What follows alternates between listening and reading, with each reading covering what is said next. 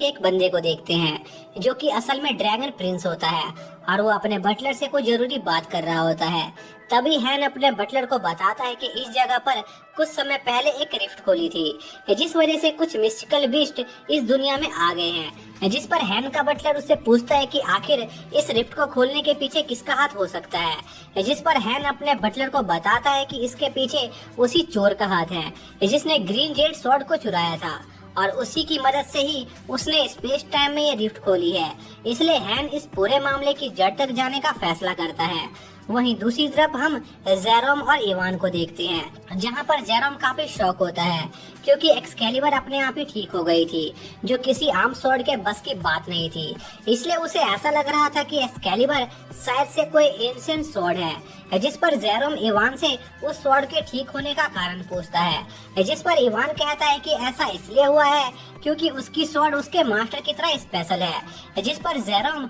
Ivan को एक जूता फेंक कर मारता है, पर इवान अपने स्वॉर्ड के ठीक होने की वजह से काफी खुश होता है और दोबारा से रिफ्ट में एंटर करने का मन बना लेता है। जिस पर जेरोम को थोड़ी तसल्ली मिलती है क्योंकि अगर इवान डीमंस विंड में जाएगा तो इससे उसके प्लान के सक्सेसफुल होने के चांसेस बढ़ जाएंगे। लेकिन जेरोम को अभी भी यह बात समझ नहीं आ रही होती कि आखिर उसने एक्सकैलिबर से निकलती जो ग्रीन लाइट देखी थी वो क्या चीज थी। तभी इवान जेरोम से पूछता है कि क्या वो सच्ची में एक प्राइमोर्डियल बीस्ट है। जिस पर जेरोम हाँ में जवाब देता है, जो सुनकर इवान को लगता है कि शायद से उसे खुद गॉड ने चूजन वन बनने के लिए चुना है। इसलिए उसके पास एक गार्डियन भी है जो उसे हर खतरे से बचाता है, जैसे लास्ट टाइम उस गार्डियन स्पिरिट ने इवान को उस क्रैब डीमन से बचाया था। और इवान के यह सब सोचते सोचते ही सुबह हो जाती है। जिसके बाद हम हैन को देखते हैं जो अपने बटलर के साथ कहीं जा रहा होता है, जहां पर हैन का बटलर उसे बताता है कि जैसे हैन ने ऑर्डर दिया था वैसे ही उसने आर्कोलॉजिकल साइट पर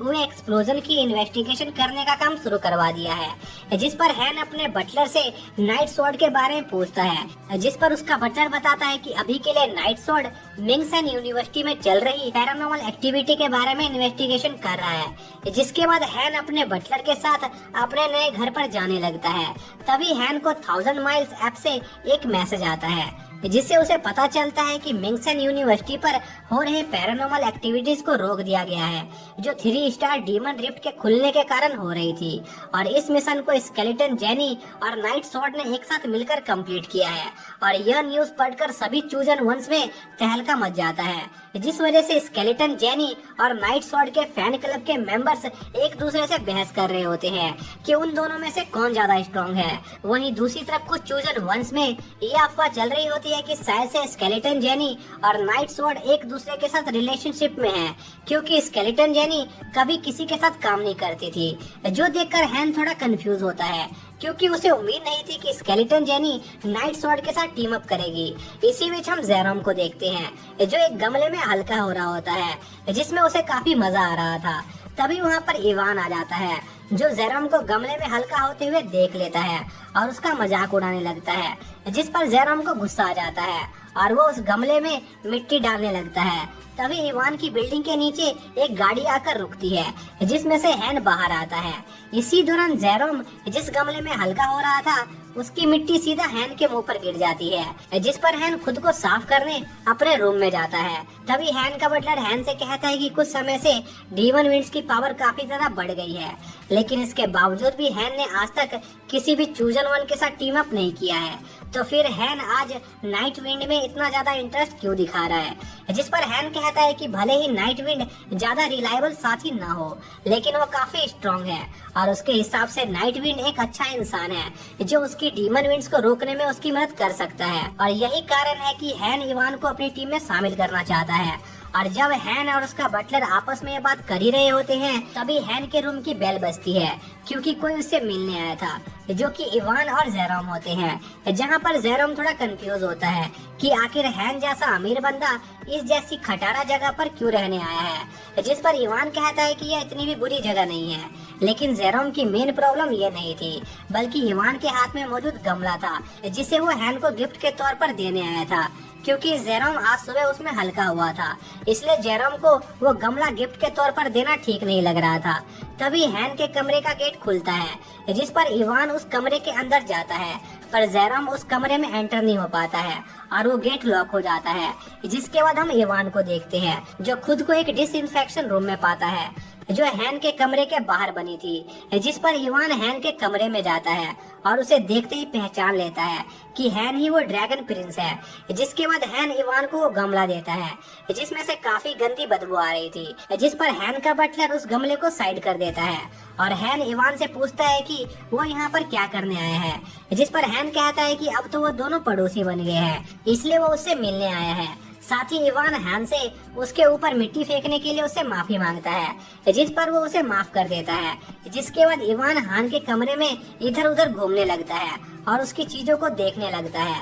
जहाँ पर इवान की नजर एक आर्टिफैक्ट पर जाती है जिस पर वो उसे चेक करने लगता है, जिससे वहाँ पर एक सीक्रेट ड्रॉअर ओपन हो जाता है जिसके अंदर बहुत सारे मिनरल्स और कीमती स्टोन मौजूद थे जिनका इस्तेमाल चूजन वन अपने वेपन को एनहेंस करने के लिए करते थे। तभी इवान की नजर एक अजीब से स्टोन पर जाती है जो काफी अजीब दिख रहा था, जिस पर इवान उस स्टोन को उठाने लगता है, जिस पर हैन उसे ऐसा करने से रोकता है और उसे बताता है कि इन्हें डीमन विंड कोर्स कहा जाता है जो रिफ्ट्स के अंदर मौजूद डीमंस को मारने पर मिलते हैं। जिसके बाद हैन इवान को एक 3 स्टार डीमन कोर देता है जो उस डीमन से मिला था जिसे इवान ने अपने स्वॉर्ड से मारा था, लेकिन इवान उस मॉन्स्टर को मारने के साथ ही वहाँ से गायब हो गया था, जिस वजह से हैन उस समय उसे एक कोर नहीं दे पाया था। जिस पर इवान हैन से पूछता है कि आखिर वो इस कोर से क्या कर सकता है, जिस पर हैन इवान को बताता है कि वो इस कोर का यूज साउदर्न कॉन्टिनेंट रेवेन्यू की शॉप से वेपन एनहेंसमेंट मटेरियल्स खरीदने के लिए कर सकता है और एक 3 स्टार डीमन कोर की मार्केट में काफी ज्यादा वैल्यू होती है। जिस पर इवान हैन के साथ उस कोर के प्रॉफिट को शेयर करने का फैसला करता है क्योंकि उसने भी उस डीमन को मारने में उसकी मदद की थी, जिस पर हैन मना कर रहा होता है, लेकिन इवान हैन की एक भी नहीं सुनता है और उसे जबरदस्ती उसके साथ साउदर्न कॉन्टिनेंट रिवेन्यू ले जाता है। जिसके बाद हम साउदर्न कॉन्टिनेंट रिवेन्यू का सीन देखते हैं जहां पर हैन और इवान एक साथ जा रहे होते हैं, जो देखकर बाकी सभी चोजन वंस काफी ज्यादा शॉक होते हैं क्योंकि ड्रैगन प्रिंस अकेले काम करने के लिए जाना जाता था और वो स्केलेटन जेनी को छोड़कर बाकी सभी चोजन वंस को खुद से नीचे समझता था।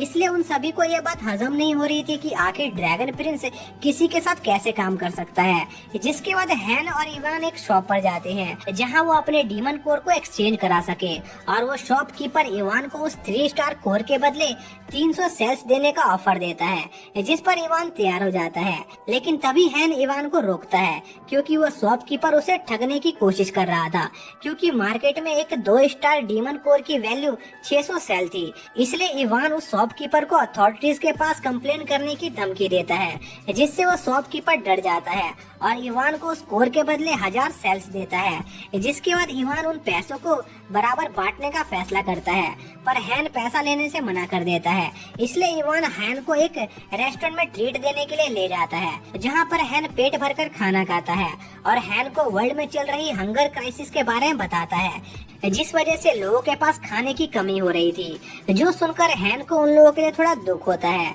इसी बीच इवान की नजर एक कस्टमर पर जाती है जो उस रेस्टोरेंट के स्टाफ के साथ बदतमीजी कर रहा था, जिस पर इवान उस आदमी को रोकता है और उसे उस स्टाफ से माफी मांगने को कहता है, जो देखकर हैन इवान की पर्सनैलिटी से काफी इम्प्रेस होता है। तभी उस आदमी की नजर हैन पर जाती है, जिसे देखकर वो डर कर वहाँ से भाग जाता है और इस हादसे के बाद इवान और हैन की काफी अच्छी दोस्ती हो जाती है और हैन रियल वर्ल्ड में वापस जाने के बाद एक फाउंडेशन खोलने की अनाउंसमेंट करता है जो हंगर क्राइसिस को मिटा सके। जिसके बाद हैन और इवान साथ में घूम रहे होते हैं। तभी हैन को एक डीमन विंड की ऑरा महसूस होती है, जिसके कुछ समय बाद ही पास के एरिया में एक रिफ्ट ओपन हो जाती है, जिस पर हैन तेजी से उस रिफ्ट की तरफ बढ़ता है और ड्रैगन प्रिंस में ट्रांसफॉर्म होकर उस डीमन पर अपने थंडर ड्रैगन से अटैक करता है। पर वो डीमन काफी तेज होता है और हैन के सारे अटैकों को डॉज कर लेता है, जो देखकर हैन काफी शॉक होता है क्योंकि वो डीमन एक 4 स्टार डीमन था। जिसके साथ ही ये एपिसोड यहीं पर खत्म हो जाता है।